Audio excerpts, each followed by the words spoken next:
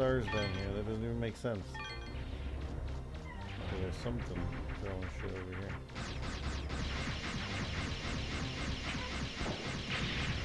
Yeah, I'm gonna kill the shit out of this guy.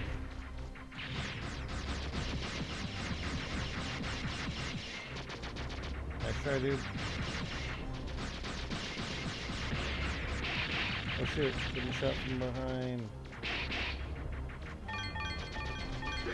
Someone's trying to avenge him. Oh, pink one.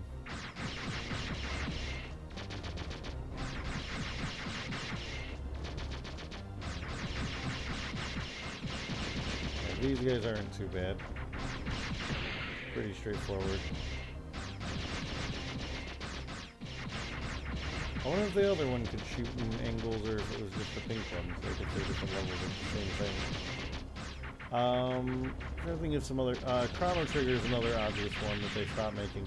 A part of me is kind of glad, though, because, like, Chrono Trigger is a great game. Chrono Cross, also an excellent game.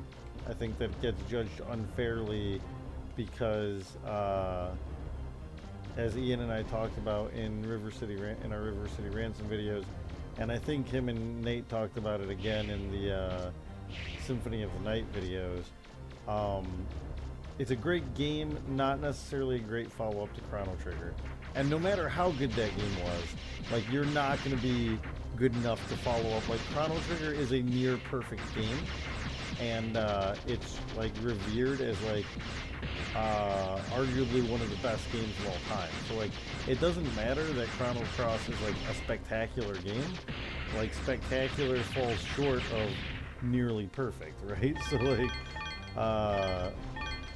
that's the problem with it.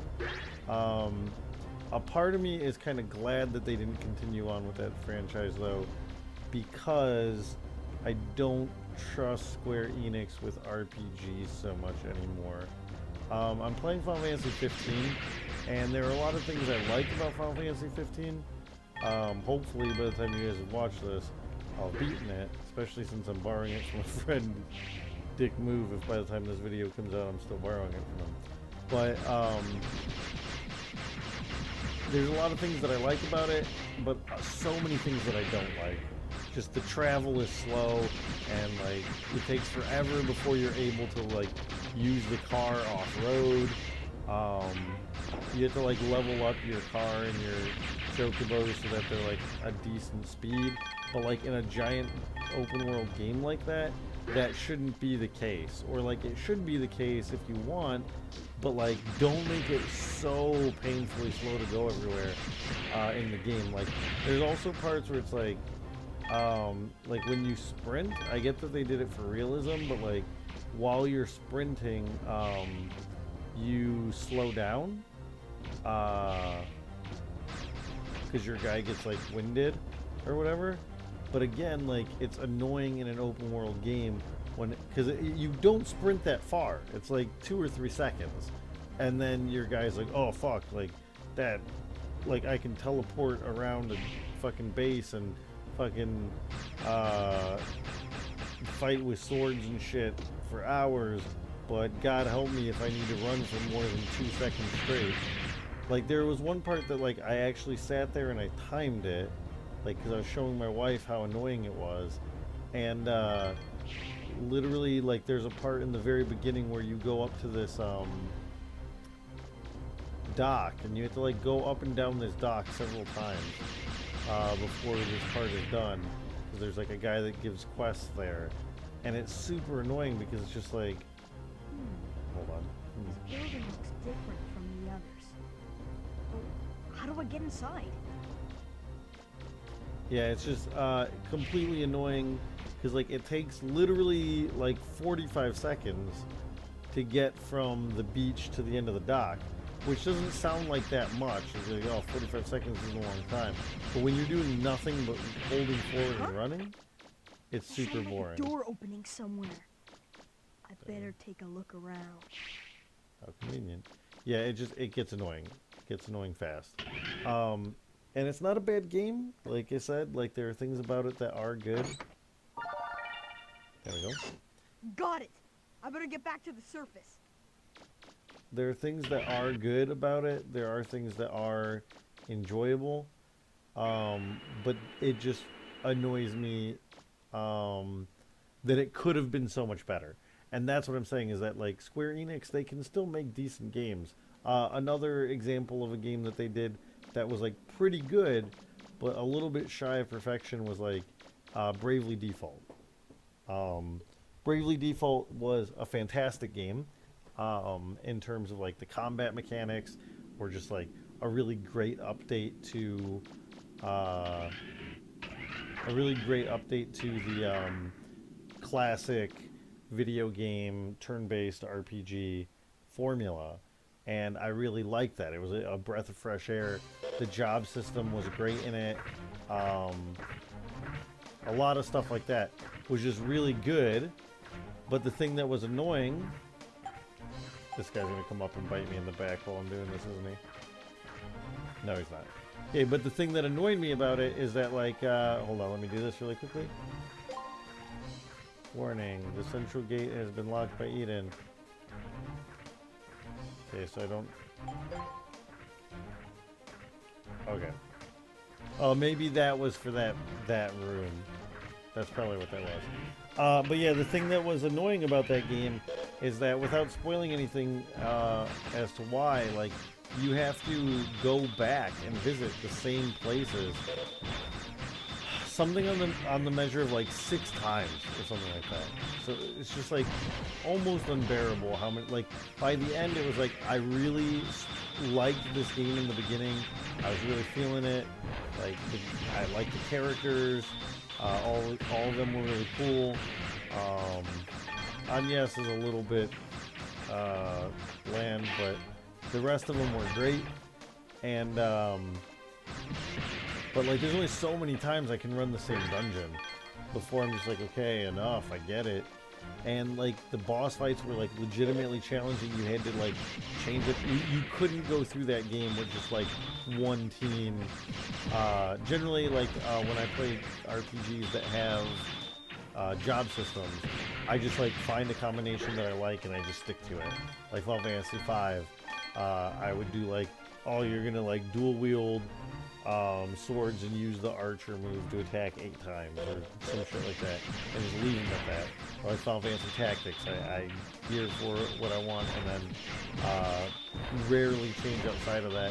But in Bravely Default, when you got to some of those later level fights, especially if you were playing on hard, like you had to change up your strategy. You had to find unique and interesting combinations to get past boss fights.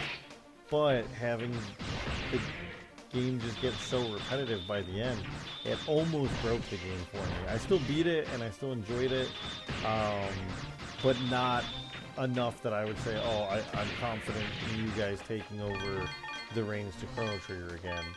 Although we'll see, because that team is in charge of Octopath Traveler on the Switch, which I'm more likely than not going to get.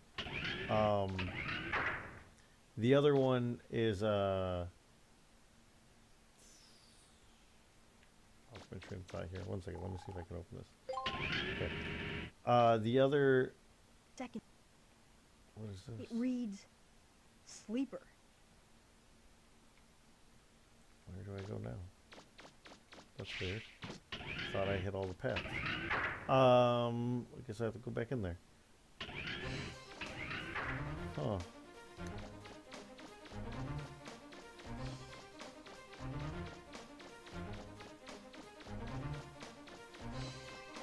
I don't know. Yeah, what I was going to say is the second Bravely Default, I never beat because the characters weren't as good in that one. Like half the characters are from the first one, and at some point you do see all the characters from the first one, but the main guy, Yu, he's not as cool as I had hoped that he would be. And the game gets a little bit cheesy, and again, you're going through the same dungeons. Not all of them, like so basically the way it works in Bravely Default 2 is like there are new classes that you can pick up, but like you can get old classes as well. So like if you run through the game one time, you get half of the old classes, and if you start a new game plus, then you can pick up the second half of them. But to get them, you have to go back to places you played in the first game, which I think is supposed to be a like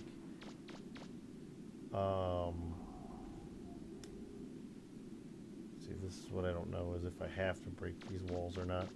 I think it's supposed to be like a nice homage for like people who played the first one and enjoyed the first one.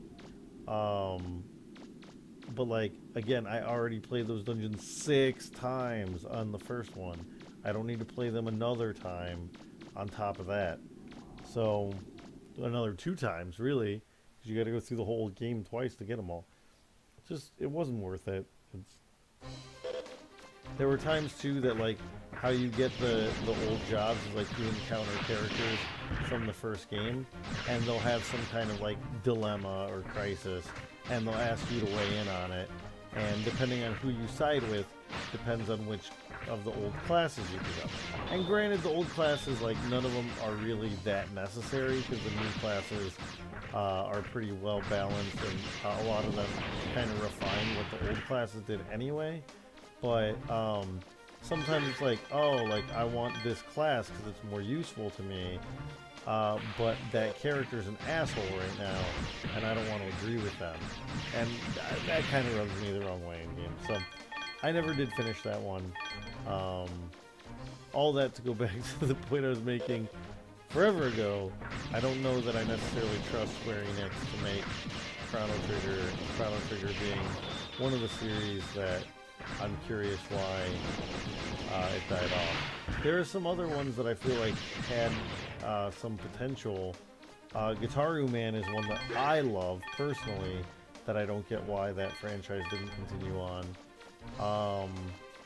And I know I'm rambling a lot in this game, guys, but it's because this part of this game is very boring, very repetitive, and very boring. Let's see. I got everything here. So I don't really know where I'm supposed to go, so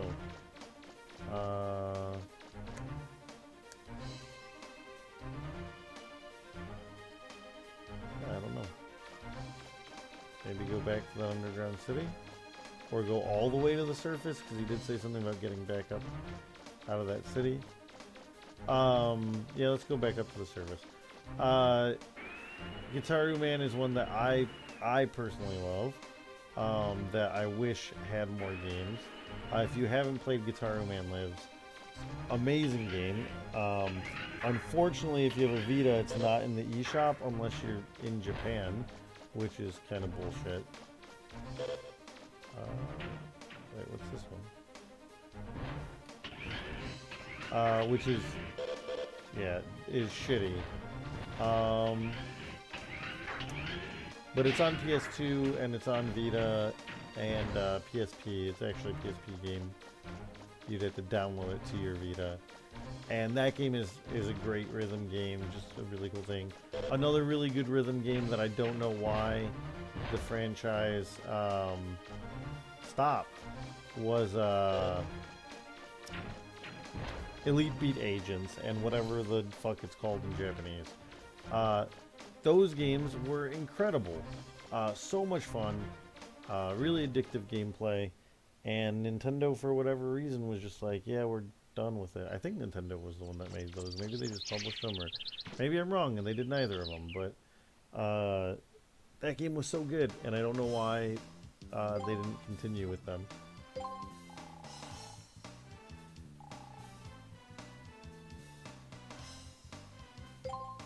You mean I can have it? She said, sorry, I should be reading this for people who aren't looking at the screen. She said, what a nice ring. Where did you find it? And then Mega Man had the option to say, you can keep it, or is it really that nice? And I gave it to her. She's like, you mean I can have it? Wow, thank you so much, Mega Man. I promise I'll always wear it.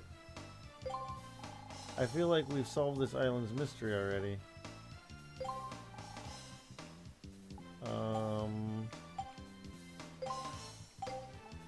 Oops, not what I want to do. Sorry. Nothing. Okay. Let me talk to the monkey, see what he has to say. and see where I'm supposed to go. Damn it. The thing that's weird is like sometimes this button is confirmed, sometimes this one is, this one's cancel, like let's see here. Charge my energy. Have them tell me. What should I do? Looks like something's happening in the city. You should probably go take a look around. Okay. So all that wandering around down in the basement was useless. Absolutely useless.